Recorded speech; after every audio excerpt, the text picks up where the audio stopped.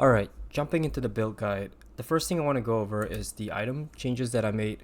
So one of the biggest challenges with switching over from the non-frenzy version to the frenzy version is making sure to cap the resistances. As you can see, we are running a bismuth flask because this is mandatory.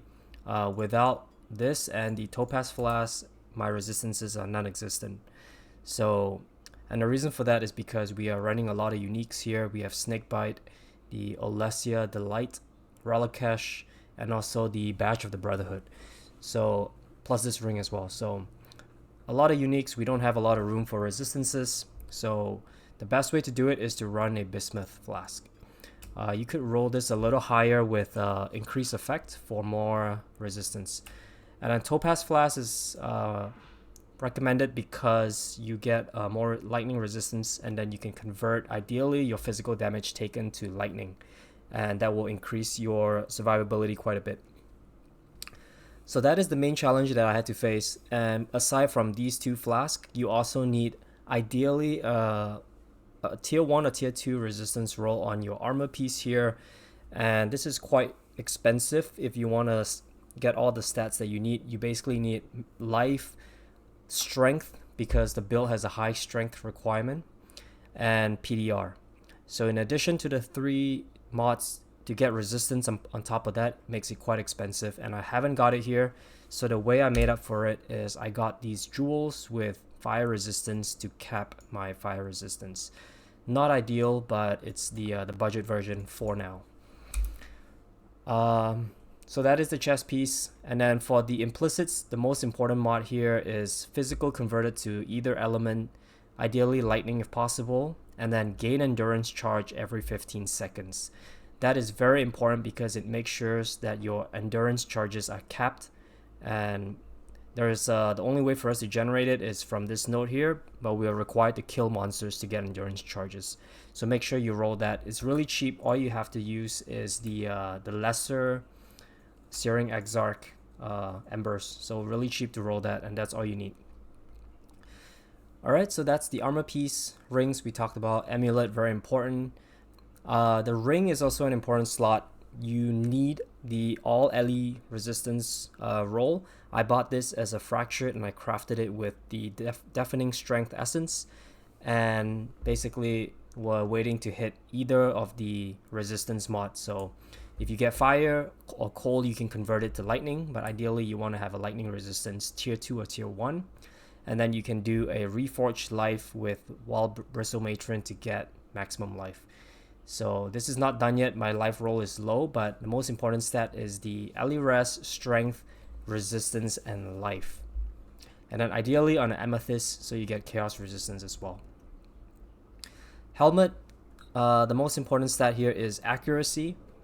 You need to make sure that your accuracy is capped. So that is very important to keep your damage up. And the only accuracy we're grabbing is this wheel right here. And then Snakebite gives you a ton of accuracy with Frenzy Charge, but you also need a high roll on your helm, ideally above 450, if possible tier 1. We're also running Precision, which gives us a little bit of accuracy as well. And our Precision is only level 8. Alright, I'm going to cut the video here real quick to make this sale. Alright, so back to the helm, we have accuracy. Intelligence is important as well. Make sure to get enough intelligence to be able to run your Despair, which requires 98 intelligence. And then you also want life and then a resistance mod. Very important to get the resistance mod. Again, resistance is the biggest challenge for this build. As you can see here, even with the flask up, we are barely capped. So very important. And then for the implicits, you want physical taken as either element, and also the other one could be, I like reduced mana cost because I was struggling with mana until I switched my auras, but that is quite helpful. And for the glove, make sure you get a implicit corrupted with frenzy. It's not too expensive. Belt, skill effect duration is quite cheap and quite useful as well. And then Relicash with maximum frenzy. The shield is also an important piece. You want to get high life, PDR, chance to avoid elemental ailments. Ideally, you want to shoot for 30 and above. You're getting some avoidance from these nodes here. It gives you 8 and 4, which is 12. And then you're also running a Ancestral Vision, which gives you 50% avoid ailments. So you want to get the remaining from your shield. Ideally, you want to also have a resistance mod, so I went with Chaos Resistance here. The other one that is even better is Maximum Resistance +2. That is very expensive to craft. Ideally, you want to buy a fractured one and then craft it from there, but Root2 has a video on that. And that's it for the gear. Gems, basically Awakened Gems here. Very important to get a level 5 Awakened Void Manip for the +1 level. And then we're running Flesh and Stone, Petrified Blood, Enlighten 3, and Haste. And then my Mercenary is providing us with Grace and Malevolence. So this is very, very useful. And while we're going for the Mercenary here, we're using Leercast, some Advancing Fortress for defense. Eternal Struggle, make sure to have the Searing Exarch modifier be higher than the Eater of Worlds to get culling on your Mercenary. Some just basic life resistances. Deodorant for the extra curse because we are running Asenath. Calm's Binding here for more defenses and just a boost with movement speed. Alright, Gemlings, Remaining Gems, Precision, Plague Bearer, Blood Rage, Despair, and then Shield Charge with Frost Blink. Enduring Cry, very important against Pinnacle bosses to generate your endurance charges. And Automation, Steel Skin. So those are the links. Passive tree, again, the main changes is we are reaching all the way down here to grab these notes, along with anointing this Disciple of the Unyielding with charge duration here. And pretty much grabbing all the frenzy charges here, here, and here. Now, I gotta say, this build is starved on points, so we are only currently level 94. And in order to basically do Uber bosses, you want to be at least level 97, I would say, because you would need to grab this wheel here to be able to grab the mastery that gives you chance to gain frenzy when you hit a unique enemy. That is basically the only way to get frenzy charges, which is translated to the affliction charge. So without it, you're losing a huge portion of your DPS. So we are starved on points, so we just can't afford to grab these nodes right now. It's 6 points, 1, 2, 3, 4, 5, 6, and I can't drop anything else until I fill out my my gear better. But keep in mind, if you're looking to do Ubers on this build, you need to be at least, I would say, level 97 to comfortably take away some points from your suppression to get suppression on maybe your Watcher's Eye here. Mine currently does not have suppression. Where's my Watcher's Eye? It only has evade, but ideally you want to get Grace Evade and Grace Suppression. That allows you to drop some suppression here so you can put in those points to grab this wheel. I also have 2 points here to cap my resistances because I don't have resistance on my armor. So again, you're saving 2 points that will go into here. So once you've optimized your gear, then you can do Uber bosses. But we have not done any Ubers on this character. Our POB DPS is about 28 million currently with Poison Concoction. And I'll showcase a Citadel map here, just a quick T17 to show you what it looks like.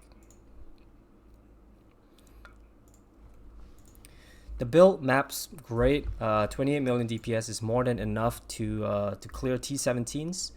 Survivability is decent, but obviously there are room for improvement. Petrified Blood makes us quite tanky as well. As you can see, the clear is decent. Now this T17 has the Searing Exarch runes, which can become quite deadly for us because it actually reduces our fire resistances, which is just barely capped at 76%, and it deals fire damage over time. So it's actually really deadly for us, and another reason why it's one of the main struggles of this build is elemental damage, because resistances are hard to manage with this. And that is something I wish I knew before making the switch, because you need to make sure your gears are optimized perfectly to cap your resistances comfortably. Any maps that has LE weakness is also very dangerous for this build.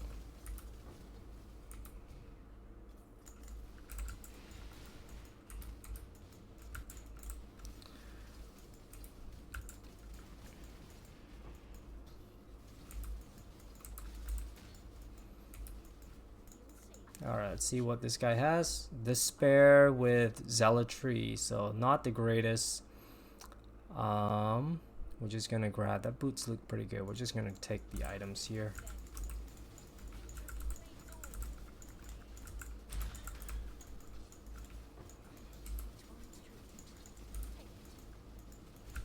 Oh, oh, nice. We got a containment. So that Searing Exile rune right there, very deadly.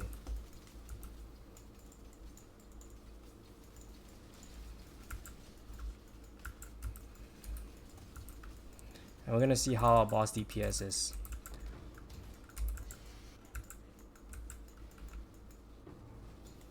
All right.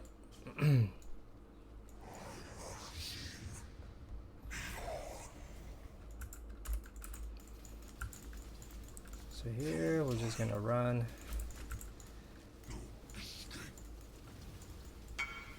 Haven't done this boss in a while. Okay.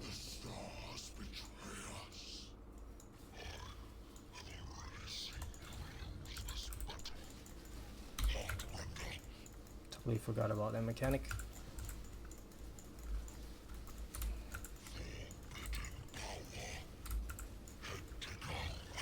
So DPS is pretty good, as you can see.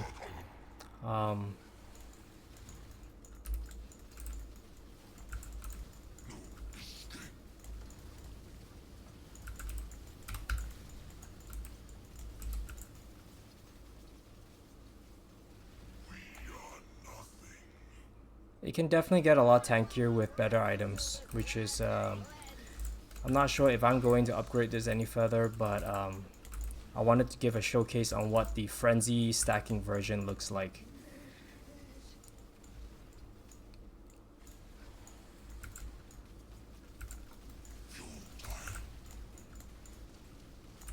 Ooh.